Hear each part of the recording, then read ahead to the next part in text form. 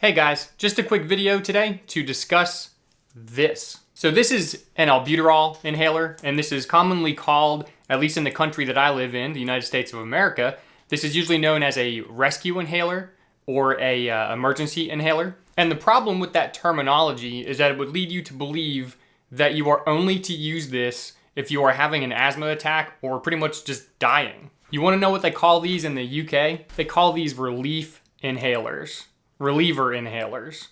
And that right there changes the entire way that you look at these. So usually when you're asthmatic, you're going to have two different types of medicine. You're going to have some sort of a steroid, an inhaled steroid that you take, once or twice a day to control your asthma symptoms. And then when you do have asthma symptoms arise, you hit this to help control your symptoms. It relieves your symptoms. It is not just for relieving an asthma attack. See, ideally, as an asthmatic, what you are looking to do with your controller medication is basically live your life like a non-asthmatic. Somebody who does not have breathing discomfort, somebody who does not have tightness in the chest, and all the other unwelcome symptoms. So a rule of thumb for me, and it's a rule of thumb that might work for you as well, is if you're even thinking that there might be a chance that you need to use this, then it's probably time to use it. Because that is exactly what this is for. This is to relieve your asthma symptoms. The caveat to this is basically that you just do not learn to rely on this medication for full-time treatment. So for example, what I mean by that is I'm currently actually experiencing asthma symptoms. So I'm about to hit my inhaler before they get any worse, or just to suppress the little bit of breathing difficulty that I'm having now. So the reason why I feel the need to do that is because my breathing discomfort, I believe, has stemmed from the fact that I've been home all day. Well, what do I have at the house? I have 5 animals. I have there's cigarette smoke in here. There is dust. The house was built in the 40s, so I'm sure that there's mold. So there's a lot of triggers trapped in this house that are going to bring me breathing discomfort when I spend all day here. But here's the thing.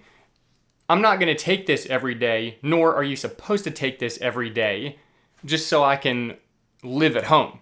This is to help get me through while I make changes to help manage my asthma symptoms so I don't have to use this again. So at my house, it's probably time to do a real deep clean. It's time to buy an air purifier. It's time to get the cigarette smoke outside. I need to take steps to improve the air quality inside my house so I don't have to end up relying on this, and my regular controller medication keeps everything under control for me. The same thing goes for those of you that need to use this before exercise.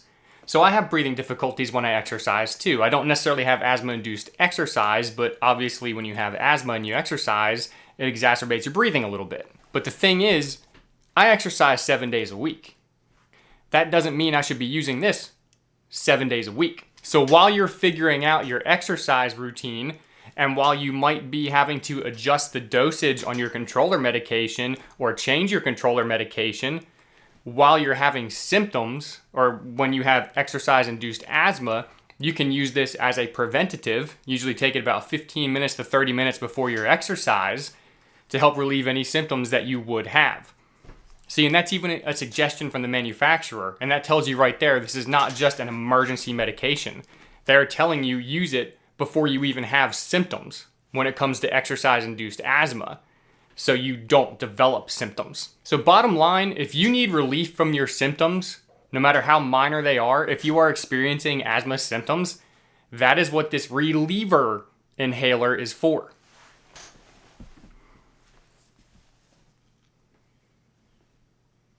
As long as you are not exceeding dosage limits, and as long as you are not long-term having to use it every single day, this will definitely bail you out and make you feel better living with your asthma. So I'm going to repeat again, as I said earlier, rule of thumb, if it comes to a point where you're looking at your reliever inhaler and you're thinking you might need to use it, use it. That is what it's there for, to relieve symptoms.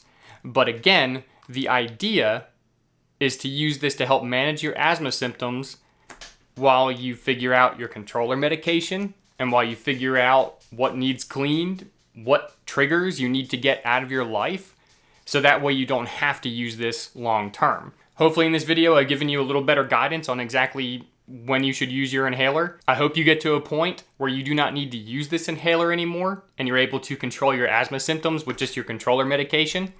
But again, that is what this is here for. If you need to use it, use it. Just don't exceed the dosages and don't become reliant on it. Try not to use it every day, but again, you might go through a period where you just have to. So while you learn to live without it, use it when you need it.